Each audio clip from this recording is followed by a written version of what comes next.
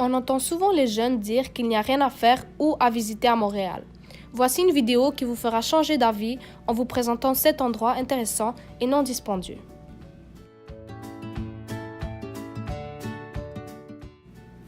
Atrium Le Mille est une patinoire intérieure située au 1000 rue de la Gauchetière, à l'intérieur de la station de métro Bonaventure sur la ligne orange. Si vous avez vos propres patins et que vous êtes étudiant, le coût d'entrée sera de 6,50 $ et vous pouvez patiner autant de temps que vous souhaitez. Si vous voulez louer des patins, cela coûtera 7 $ de plus et vous pouvez également louer un casier afin de déposer vos affaires au coût de 3 $. Si vous n'aimez pas les activités extérieures pendant l'hiver, celle-ci est l'activité parfaite pour vous.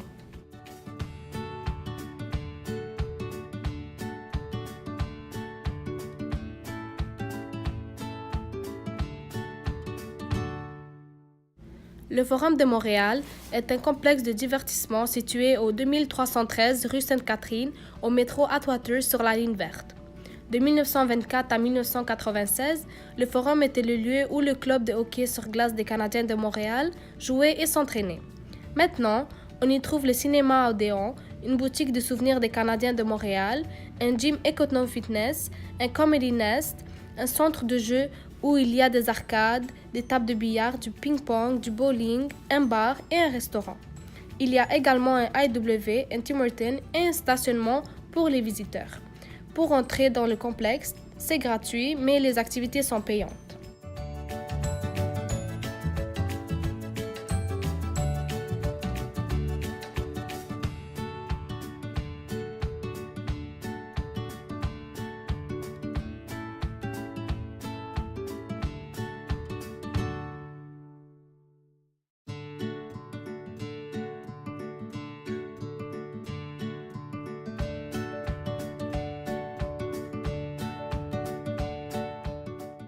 Le parc Rimbaud est situé au 12 301 rue Notre-Dame-des-Anges. Pour s'y rendre, il faut descendre à la station de métro Côte-Vertu sur la ligne orange et ensuite prendre le bus 64. Dans le parc, il y a des jeux d'eau, un terrain de jeu, une piste cyclable, un terrain de volley et une aire de pique-nique. Le parc est entouré par la rivière des Prairies. Il est une destination excellente pendant l'été pour tout simplement se reposer avec vos amis ou vos proches au coût de 0 $.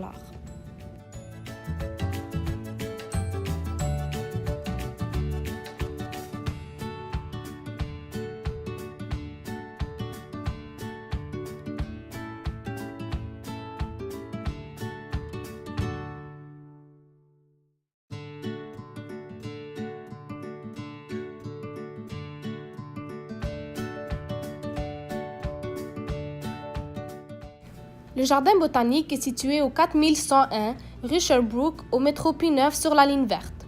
C'est un des plus grands jardins botaniques du monde. Le jardin comporte environ 10 serres différentes, 30 jardins thématiques, l'insectarium, le planétarium et le biodôme.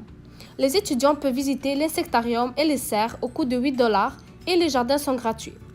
Il y a des événements organisés tout au long de l'année, mais le plus populaire est le jardin des Lumières qui se déroule pendant l'automne. Le jardin est plus actif l'été et l'automne, mais vous pouvez le visiter durant toute l'année.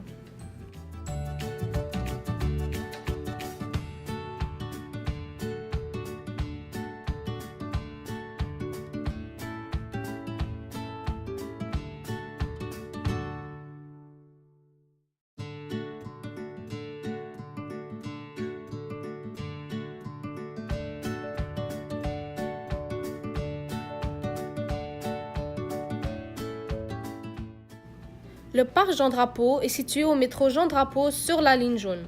Le parc est beaucoup plus fréquenté l'été que l'hiver grâce aux nombreuses activités proposées comme la plage en doré, le bassin olympique, le bateau dragon, les circuits Gilles Villeneuve, un mur d'escalade, la biosphère et beaucoup d'autres.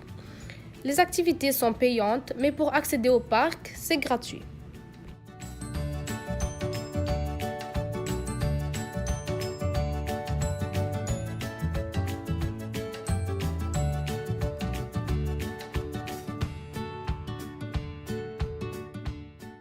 Le belvédère Kondiaronk est situé au 1196, voie Camillien-Houde, à quelques minutes de marche du métro Peel sur la ligne verte. Situé dans le parc du Mont-Royal, c'est un endroit parfait pour admirer la beauté de notre ville et les différentes saisons au coût de $0. Il y a également un petit chalet avec des collations et où vous pouvez tout simplement vous reposer en admirant un magnifique coucher de soleil ou faire de la randonnée dans le parc du Mont-Royal qui entoure le belvédère.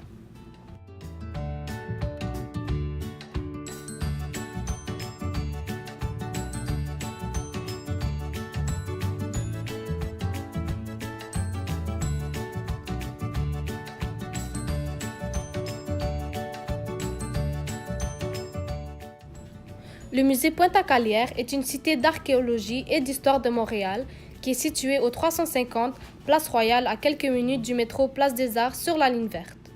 Le coût d'entrée pour un adolescent est de $11,31. Il propose différentes expositions qui concernent les colonies de peuplement des peuples autochtones et l'histoire de notre ville. Cet endroit serait intéressant à visiter car c'est le seul grand musée d'archéologie du Québec et du Canada.